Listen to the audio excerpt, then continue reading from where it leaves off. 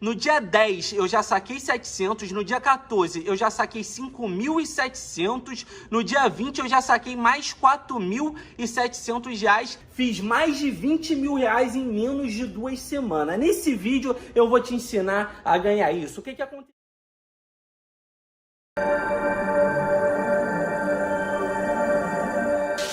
In the southern Indian Ocean. As every hour goes by, the search area gets bigger and bigger. Quando o voo 370 desaparece em 8 de março de 2014, ele se torna um mistério internacional. Não é aceitável que um avião cheio de passageiros desapareça. O mundo não pode tolerar isso. Como uma aeronave de última geração com 239 tripulantes e passageiros pode desaparecer? O voo 370 pode virar um navio médio celeste do século XXI. Nothing's ruled out over the mysterious loss of a Malaysian airliner. O caso põe em dúvida tudo o que sabemos sobre a tecnologia de aviação moderna e expõe lacunas perturbadoras de comunicação e segurança. Nós vamos ter que pensar de uma forma inovadora para lidar com esse tipo de situação. Nós reunimos alguns dos maiores especialistas em viagens aéreas do mundo para investigar 10 problemas básicos que podem explicar o desaparecimento do voo 370. Nós temos muita tecnologia inteligente, telefones celulares, GPS, nós podemos encontrar qualquer coisa em qualquer lugar e realmente perdemos um avião? Este terrível incidente pode mudar para sempre a forma como viajamos pelos céus?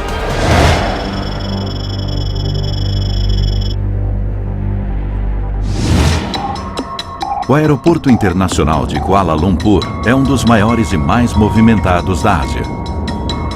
Como em outros centros da aviação mundial, centenas de voos decolam daqui diariamente.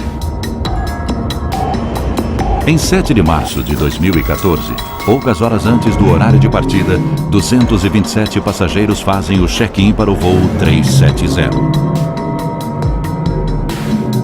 Após um voo noturno, eles devem chegar a Pequim às 6 da manhã.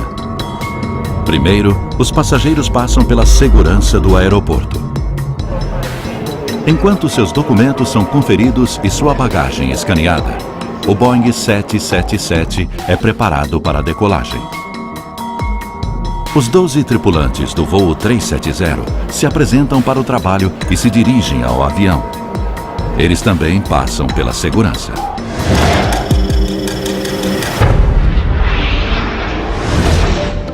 O que o voo 370 deixou claro é que precisamos fazer mais em termos de investigar os próprios membros da tripulação. Nestas imagens de circuito interno, o capitão Zahari Ahmed Shah e seu copiloto Farik Abdul Hamid são vistos passando por um detector de metais antes de embarcar. O jeito mais fácil de burlar a segurança e prejudicar um voo é usando a tripulação. Ninguém checa a tripulação.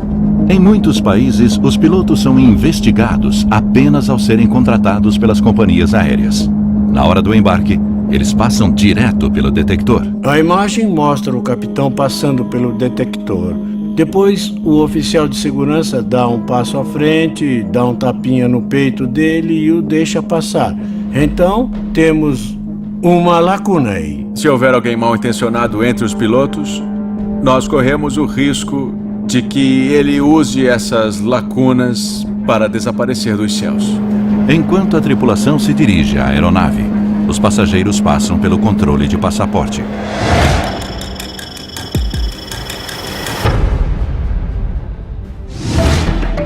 Dois dos passageiros prestes a embarcar no voo 370 estão viajando com passaportes roubados e não são detidos. O fato de as pessoas que embarcaram nesse avião não terem sido devidamente investigadas é um problema sério para mim. Depois, eles foram identificados como iranianos em busca de asilo. Mas como eles conseguiram passar pelo controle de passaporte sem serem detectados? A Interpol tem uma base de dados com detalhes de mais de 40 milhões de passaportes roubados ou perdidos. Todos os países que contribuem com a Interpol, e eles são cerca de 160, têm acesso à base de dados. Mas, infelizmente, os países não são obrigados a consultar essa base de dados. Na verdade, a maioria dos países, incluindo a Malásia, não a usam regularmente para vetar os passageiros. Esta lacuna alarmante pode aumentar a pressão pela mudança de protocolos internacionais. Eu acredito que a base de dados da Interpol vai começar a ser usada com mais frequência, mas o custo e o acesso precisam ser melhores.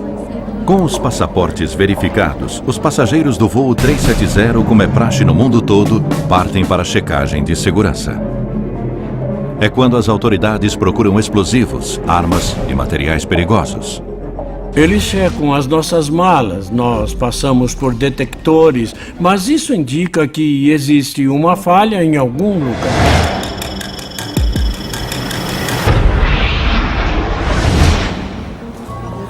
Desde o 11 de setembro, o escaneamento corporal e de bagagem se tornou obrigatório em aeroportos do mundo todo. Mas o processo não é tão meticuloso quanto pensamos. A nossa bagagem de mão nem sempre recebe a atenção adequada. Depois de 1 hora na fila, nós achamos que a segurança é alta. Mas cada escaneamento individual deve levar aproximadamente de 12 a 15 segundos. Uma pessoa fica sentada na máquina de checagem das malas e ela vê uma imagem a cada 8 segundos. Eu não conheço ninguém capaz de realmente checar o que tem em uma mala em 8 segundos. Existem fraquezas por causa de problemas fundamentais. Por exemplo, nós não temos equipamentos capazes de encontrar explosivos na bagagem de mão. Pode até haver um explosivo, mas ele vai parecer um salame ou um pedaço de queijo. Mais de uma década após o 11 de setembro, os protocolos de segurança parecem rígidos, mas ainda existem fraquezas fundamentais no mundo da aviação, especialmente no que diz respeito à tecnologia e ao seu uso. Nós gostaríamos que a tecnologia da segurança aeronáutica chegasse ao ponto em que o erro humano fosse removido da equação. Ao ponto em que não dependêssemos das decisões de uma única pessoa que faz a revista e escaneia a bagagem despachada ou de mão. Identificar ameaças antes do embarque é a forma mais eficiente de garantir a segurança. Novas tecnologias estão sendo desenvolvidas para identificar quem está viajando, o que há na bagagem e o estado de espírito dos passageiros e tripulantes. Métodos inovadores de detecção estão sendo usados em aeroportos do mundo inteiro, muitos deles baseados na ciência biométrica e no reconhecimento facial 3D. E há novos sistemas criados para impedir que substâncias perigosas ou explosivas entrem no avião.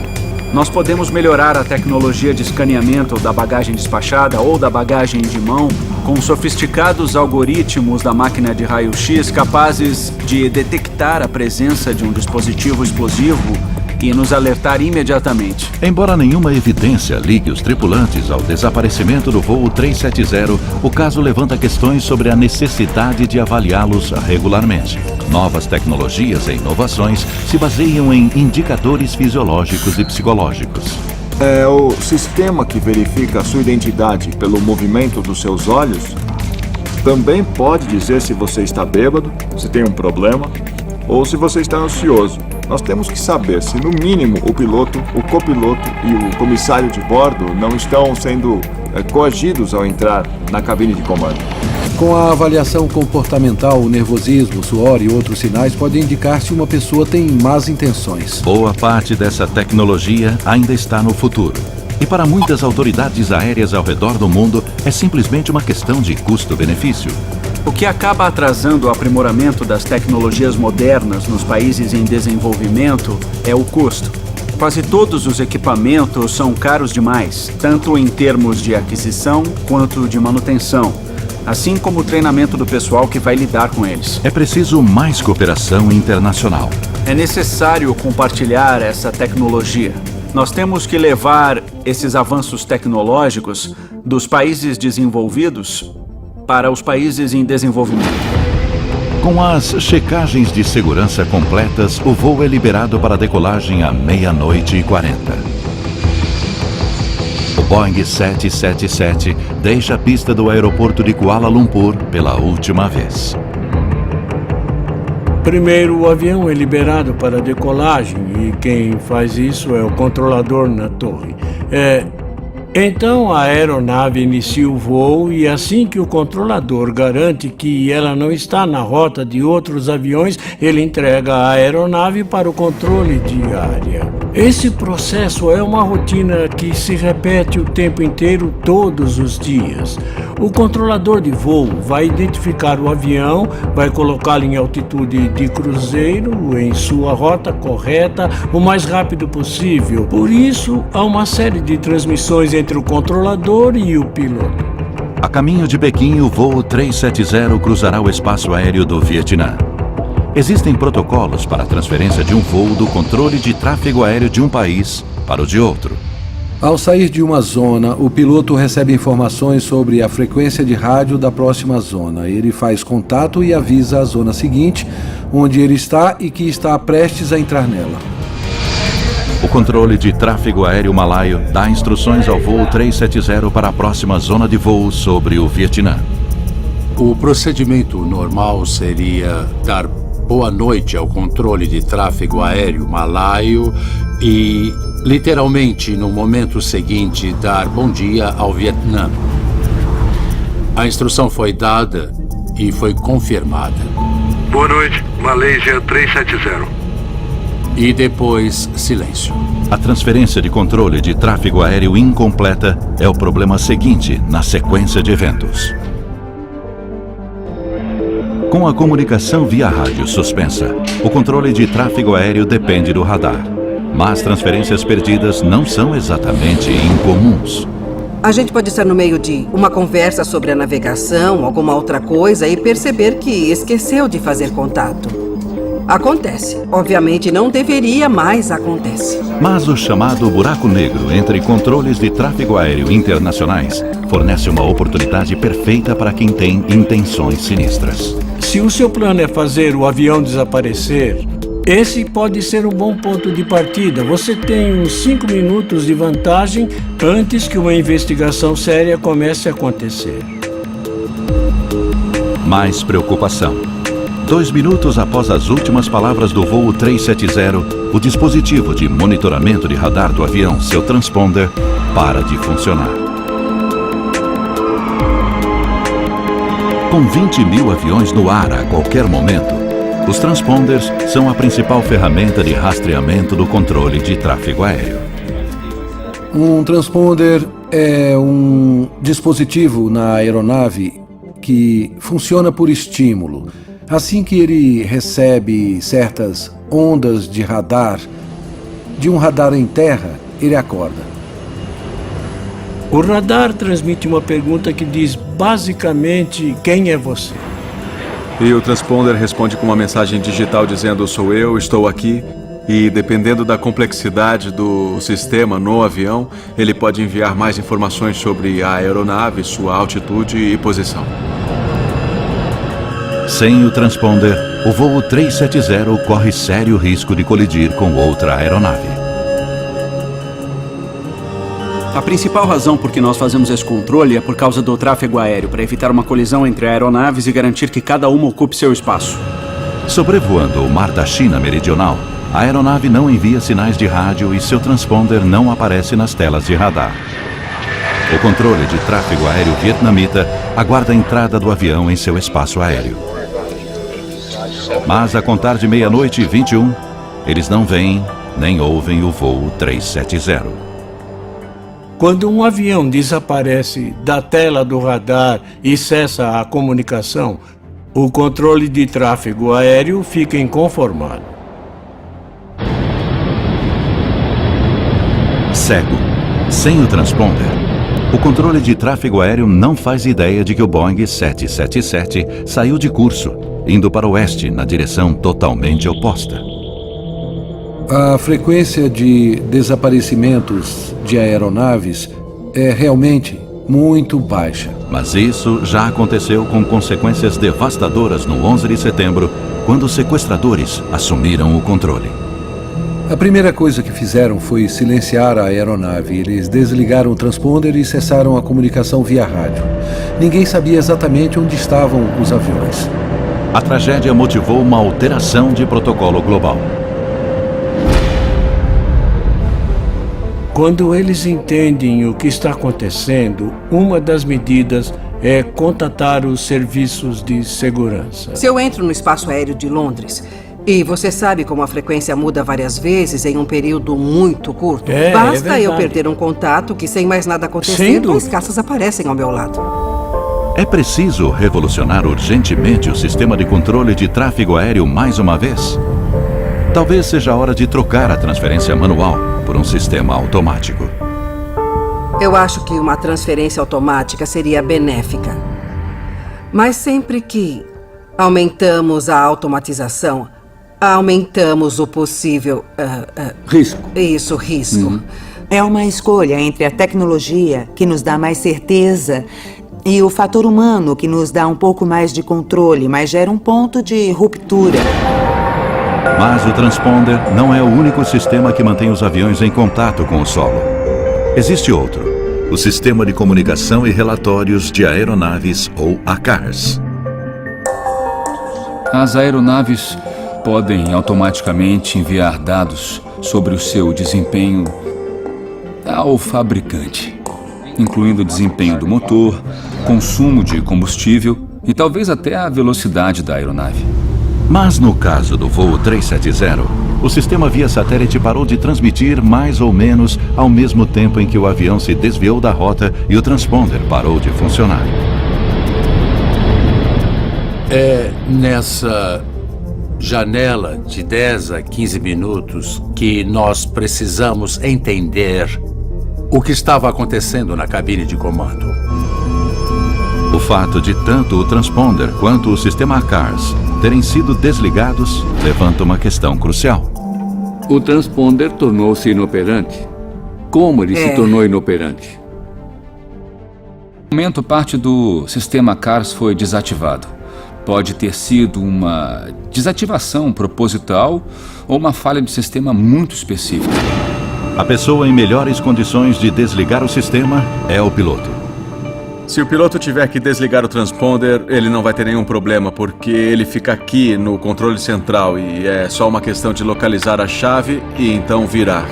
Outro jeito de fazer isso, ou por exemplo de desligar o ACARS, é mexer aqui em cima nos disjuntores e puxar os disjuntores correspondentes, e isso faz tudo parar de funcionar. Um piloto pode desligar um transponder por motivos legítimos. Eu tive que desligar um transponder durante o voo uma vez, e no meu caso foi por causa de uma pane elétrica. Eu não consigo imaginar uma situação em que eu desligaria o transponder e não informaria ao controle de tráfego aéreo sobre a minha decisão. Acidental ou propositalmente, os pilotos devem ter a opção de desligá-lo sem o consentimento da torre de controle? Nós temos que aceitar que o capitão de uma aeronave tem e deve ter o controle total sobre tudo naquela aeronave, incluindo o desligamento dos sistemas elétricos, com exceção dos absolutamente necessários para o controle de voo, para combater, por exemplo, incêndios. A ideia de a torre poder assumir o controle, eu acho aterrorizante. Como a torre pode tomar as decisões que nós tomamos no ar? Encontrar o equilíbrio entre a autonomia dos pilotos e a importância de um monitoramento adequado continuará sendo um desafio. A ação humana não é a única causa possível por trás do colapso dos sistemas de rastreamento. Uma falha mecânica também pode ter desativado os componentes elétricos. Isso pode explicar por que o voo não pôde ser monitorado e a tripulação não conseguiu pedir socorro.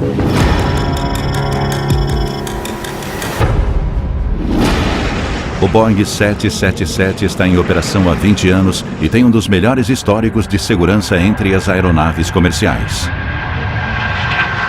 O 777 é uma aeronave muito segura. Existem mais de 1000 em operação e o número de acidentes é baixíssimo. Mas existem precedentes de falhas mecânicas.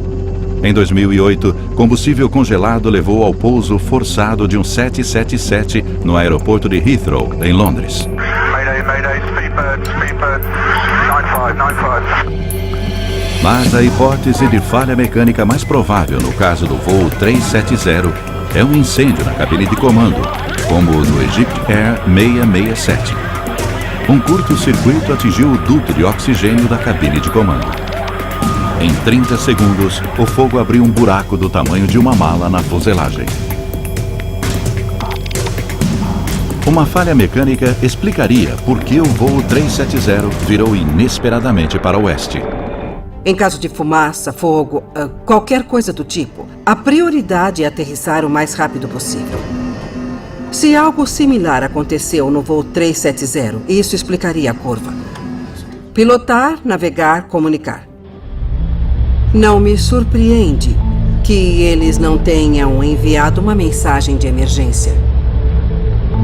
Porque se o incêndio na cabine de comando foi grave, estamos falando de 20, 30 segundos, não é muito tempo. Mas não há tentativa de aterrissagem. O voo 370 segue na direção errada, rumo ao mar. Embora os dispositivos de rastreamento estejam desativados, um link de comunicação vital continua ativo: os pings, ou sinais de dados da antena de satélite. Os pings são uma resposta automática da aeronave dizendo: sim, ainda estou aqui. Os pings continuam sendo transmitidos mais de 6 horas após o avião sair da rota. Esse fato se torna vital na busca pelo voo 370. Embora os pings não forneçam nenhum tipo de dado sobre a localização da aeronave, nós sabemos, graças a eles, que a aeronave continuou voando por diversas horas após a perda de contato. Hoje nós sabemos que o avião seguiu em direção à latitude 40 graus, que concentra os ventos mais hostis do Oceano Índico Sul. Mas quem estava no comando? Homem ou máquina? Se o piloto para de comandar o avião, normalmente o piloto automático assume e continua no comando até o avião pousar em seu destino ou até acabar o combustível ou alguma outra coisa dar errado. Como um avião fantasma. Estaria o piloto automático levando o voo 370 ao lugar do seu descanso final e obrigando o mundo a conviver com o mistério?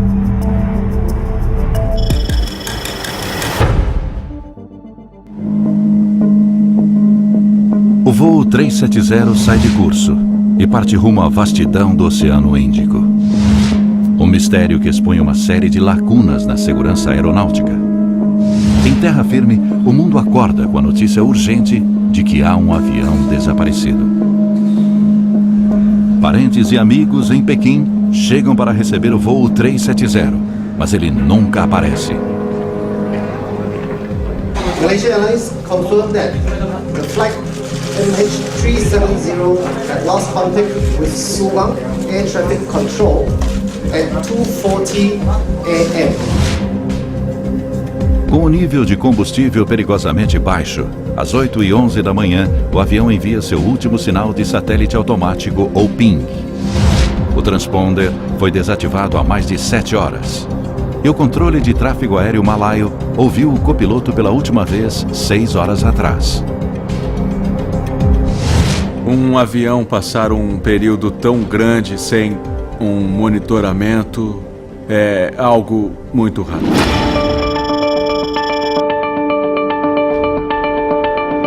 É incrível, nós temos muita tecnologia inteligente, telefones celulares, GPS. Nós podemos encontrar qualquer coisa em qualquer lugar do mundo e realmente perdemos um avião com tanta gente a bordo? Como encontrar um avião desaparecido? O primeiro método é rastrear a partir do solo, através de radar. Uma lacuna fundamental é a nossa dependência de tecnologias limitadas. O radar existe desde a Segunda Guerra Mundial. Ele exige uma estação em terra por perto e sai de alcance a algumas centenas de quilômetros da costa. O voo 370 desaparece das telas de radar do controle de tráfego aéreo quando seu transponder é desativado, menos de 1 hora após a decolagem. E apenas 2 minutos após o copiloto dar boa noite. Os radares primários das Forças Armadas, que não dependem de transponders, ainda conseguem monitorar o avião. Mas depois de 90 minutos, eles também o perdem. O radar primário tem limitações. Ele deve ter um alcance de 150 a 200 quilômetros na altitude em que o avião estava, então ele tem um valor limitado. O radar da aeronáutica malaia registra um objeto não identificado, provavelmente o voo MH370, em um ponto ao sul de Phuket. Os registros do radar também confirmam que o avião virou para o oeste. O maior obstáculo é a falta de estações terrestres. Então nós cobrimos algumas centenas de quilômetros a partir da costa, mas na verdade não cobrimos vastas áreas do mar para onde esse avião parece ter ido. Então, quando o voo 370 desaparece de todos os radares, alguém continua observando? Nesse caso, quem?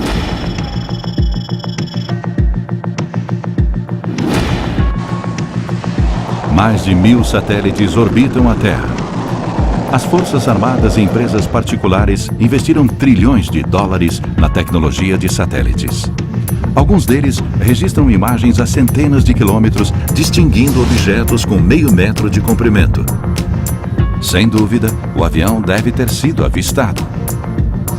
A grande maioria dos satélites de imagem é de órbita baixa, a poucas centenas de quilômetros de altitude, e se move muito rápido. Então, capturar a imagem a partir de um satélite de algo na superfície da Terra é como passar por uma rua de carro, olhando através de binóculos e tentar ler os números de todas as casas.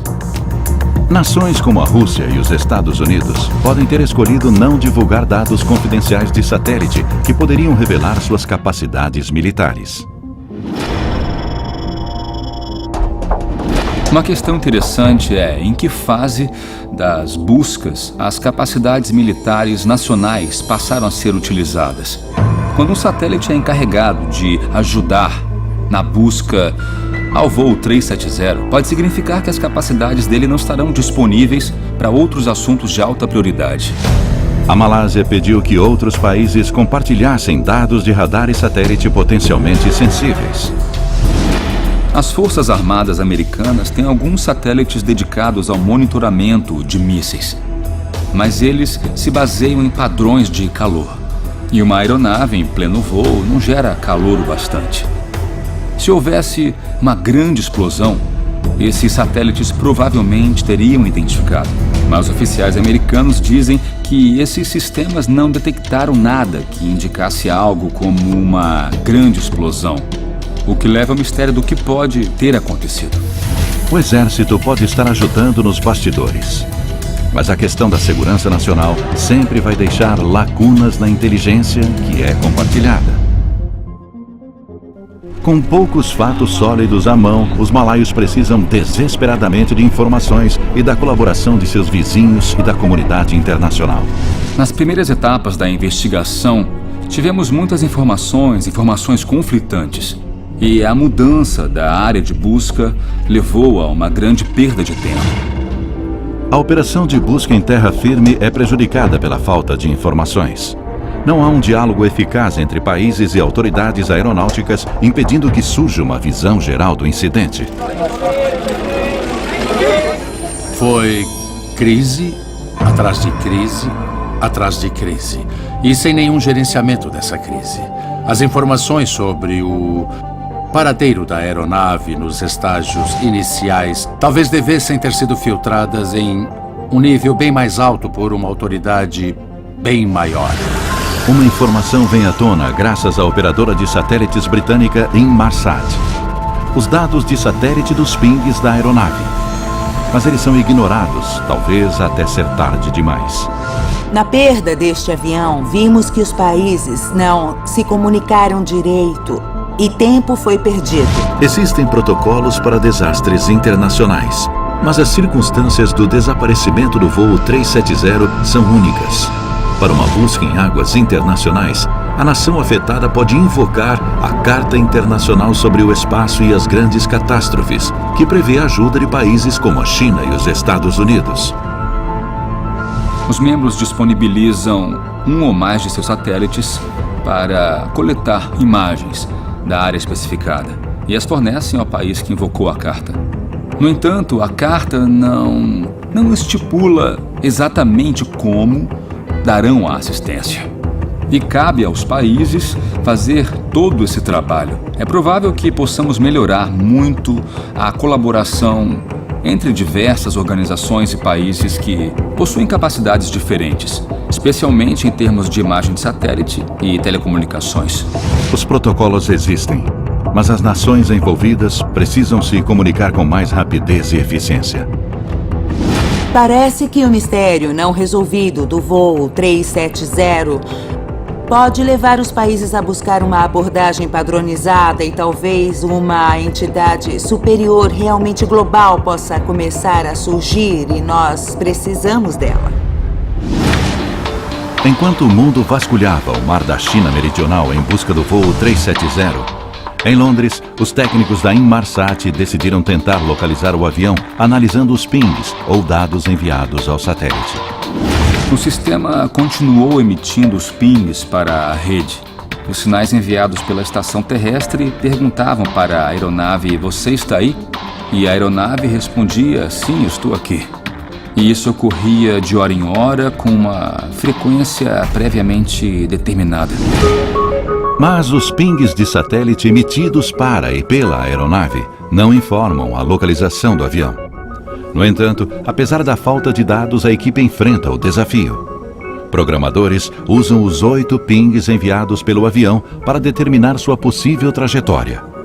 Análises isolam 2 possíveis corredores que o avião pode ter usado. Um rumo ao norte entre a Tailândia e o Cazaquistão. O outro, rumo ao sul, entre a Indonésia e o Oceano Índico Sul. Nós usamos a diferença de velocidade com que o sinal foi da aeronave até o ponto fixo, o satélite no espaço. É o chamado efeito Doppler.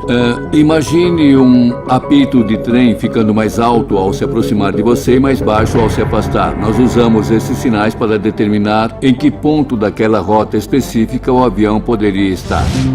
A equipe foi um passo além, criando algoritmos complexos para analisar as trajetórias de diversos voos de 777 da Malaysia Airlines rumo a Pequim. Ao fazer isso, eles puderam deduzir a rota mais provável para o avião, o corredor sul. Eles tinham um palpite bem sólido de para onde a aeronave foi.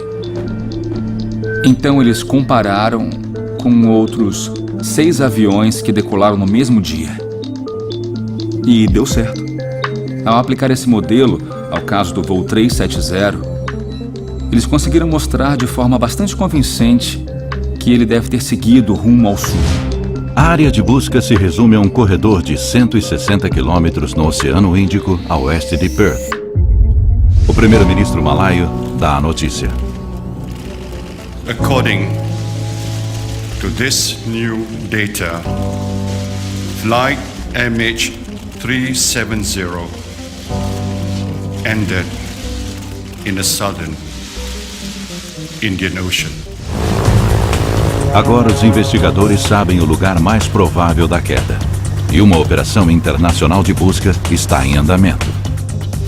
Não existe certeza sobre o que aconteceu, e isso é impensável. Nós temos que saber o que houve para evitarmos no futuro. Mas ainda há 2 evidências vitais que precisam ser encontradas: o gravador de dados de voo e o gravador de voz da cabine, as caixas pretas.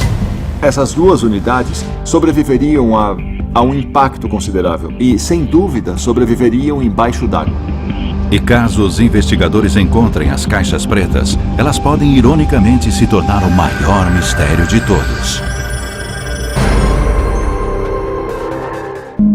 Com o passar das semanas e sem nenhuma resposta sobre o que aconteceu com o voo MH370, a dor e a raiva dos parentes aumentam. Finalmente, os investigadores conseguem isolar uma área onde a aeronave pode ter caído. Ela cobre 254 mil quilômetros quadrados nas profundezas do Oceano Índico Sul. Mas é preciso encontrar uma parte crucial do avião. Outro mistério: as caixas pretas.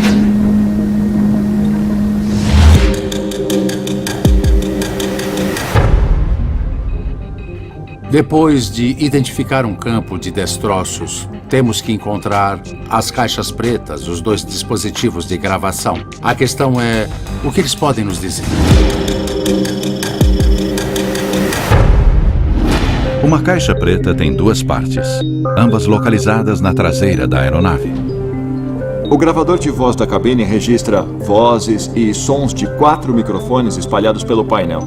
Já o gravador de dados de voo registra dados de vários sensores ao longo da aeronave. Em algo como o Boeing 777, cerca de 1.500 parâmetros seriam registrados. Ele grava velocidade, altitude, despressurização da cabine, uma vasta gama de parâmetros. As caixas pretas são equipadas com um sinalizador submarino que é ativado pelo contato com a água salgada. Ele emite um ping, um sinal parecido com uma batida cardíaca para dizer eu estou aqui. A equipe de busca, então, precisa localizar este sinal e ele tem um alcance bem curto, apenas alguns quilômetros. Mas o voo 370 expôs uma falha no projeto da caixa preta. A fraqueza é que elas são difíceis de encontrar, especialmente em uma queda no mar. Foi uma das coisas que nós vimos no voo 370. No momento, a lei só exige que a bateria do localizador submarino dure 30 dias. Foi aprovada uma mudança para que ela dure 90 dias, e isso está ocorrendo lentamente. Outra falha fatal da caixa preta é que, mesmo que seja encontrado, o gravador de voz não deve revelar o que aconteceu na cabine de comando quando o avião mudou de curso. Uma das desvantagens do gravador de voz é que ele só tem uma duração de 2 horas. E isso não é o suficiente. Nós podemos ter perdido o evento que causou o problema, porque depois ele grava por cima. Com o tempo se esgotando, a busca pelo voo 370 continua. Ela se torna a maior busca multinacional aérea e marítima da história, envolvendo 26 países. Eu acho que o comandante da Marinha Australiana fez o melhor comentário sobre isso. Alguém perguntou se era como procurar uma agulha no palheiro. Ele disse, ainda estamos procurando o palheiro, imagina a agulha. É. Com a esperança diminuindo, 4 semanas após o desaparecimento do voo 370, surge a notícia de que barcos chineses e australianos detectaram sinais que podem estar vindo da caixa preta. British, Australian and US teams are using sonar and listening devices to try and capture pings emitted by the device. A busca se intensifica a 1.600 quilômetros ao noroeste de Perth. Mas localizar e recuperar a caixa preta no leito oceânico montanhoso será a tarefa mais difícil até agora. Time is against them. 28 days on from the jet's disappearance, the batteries in the recorders only last for around 30. Mesmo que eles encontrem a caixa preta, ela nunca revelará todos os detalhes sobre o que aconteceu com o voo 370. Este caso pode mudar essa abordagem e forçar a indústria a registrar mais dados ao longo de um intervalo maior nas caixas pretas. A perda trágica de 239 passageiros e tripulantes expôs as limitações da tecnologia usada na aviação. Em um mundo onde podemos transmitir dados em tempo real para smartphones com mais memória do que uma caixa preta, está na hora de essa tecnologia ser aplicada a aeronaves? Eu acho que a prioridade é, a curto prazo, tentar encontrar alguma solução para podermos transmitir dados em tempo real de uma aeronave durante o voo para sistemas em som. E essa tecnologia não está tão distante. E algumas inovações podem ser aceleradas como resultado do voo 370. A Universidade de Cranfield, líder em pesquisa aeronáutica, está desenvolvendo um sistema de informação revolucionário, a transmissão seletiva, que utiliza dados em tempo real da aeronave. Em vez de fazer a aeronave transmitir dados o tempo todo, nós esperamos que ela entre em uma situação incomum, talvez no meio de um acidente, e só aí ela passa a fornecer informações, altitude, velocidade, nível, inclinação, parâmetros como estes, para tentarmos entender se algo incomum está acontecendo. A transmissão seletiva enviará dados vitais em tempo real ao fabricante e será mais fácil localizar a aeronave em caso de acidente, como o do voo 370. Mas sua aprovação e instalação em aviões de passageiros pode levar anos. Já existe tecnologia disponível para companhias aéreas dispostas a instalá-las que fornecem feedback de performance em tempo real. Novos motores aeronáuticos de empresas como a Rolls-Royce e a GE têm a capacidade de automaticamente enviar dados sobre o seu desempenho para os fabricantes. Não se sabe se o voo 370 possuía esta capacidade. Se a transmissão automática de dados estivesse ativada, nós poderíamos reduzir muito a área de busca do paradeiro da aeronave. E se a aeronave do futuro, transmitindo dados em tempo real, fosse um passo além, com um piloto virtual, eliminaria a possibilidade de erro humano? A Universidade de Tóquio está desenvolvendo um sistema de controle de voo inteligente usando inteligência artificial. O principal motivo para a queda de aeronaves é o fator humano, o erro humano. E acho que precisamos desenvolver um sistema totalmente automático sem a intervenção de um piloto. Quando o piloto não pode controlar a aeronave totalmente em caso de falta de oxigênio ou de terrorismo, por exemplo, a torre pode assumir o comando para uma aeronave descontrolada ou desgovernada aterrissar em segurança.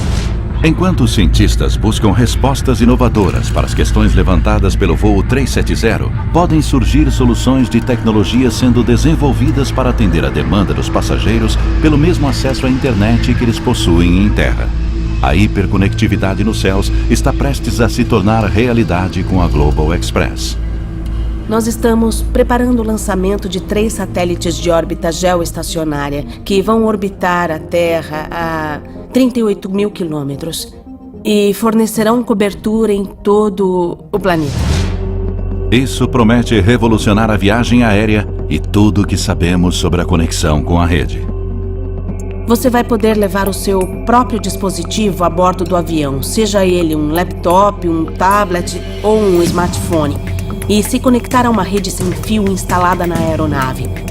E assistir TV e se conectar à internet com a mesma velocidade que consegue ter no solo. Eu acho que com o voo 370 estamos vendo que vivemos num mundo voltado para o conforto dos passageiros, para os sistemas de entretenimento, para a satisfação das empresas, e isso deixa claro que estamos priorizando todas essas coisas em detrimento da segurança de todos a bordo. Embora a hiperconectividade e a transmissão de dados em tempo real possam fechar algumas das lacunas tecnológicas atuais, os cientistas já estão pensando no futuro. A 6ª geração de satélites só vai ser lançada na década de 2020. Mas ela já está sendo planejada.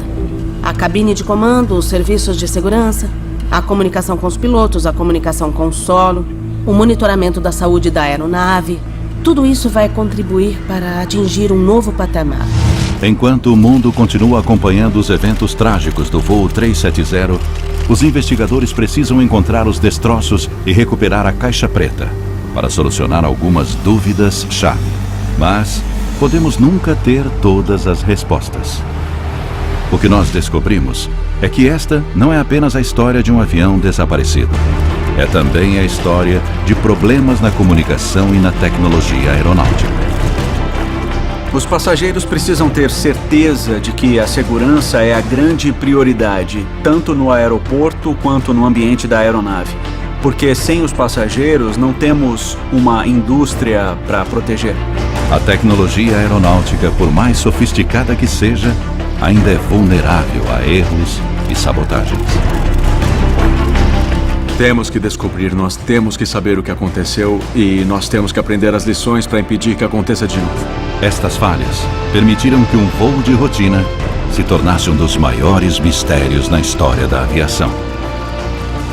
No fim das contas, a questão é: qual vai ser o custo de implementação de toda essa tecnologia e dessas melhorias? E quem vai estar preparado para arcar com esse custo? Os governos, as companhias aéreas ou os passageiros?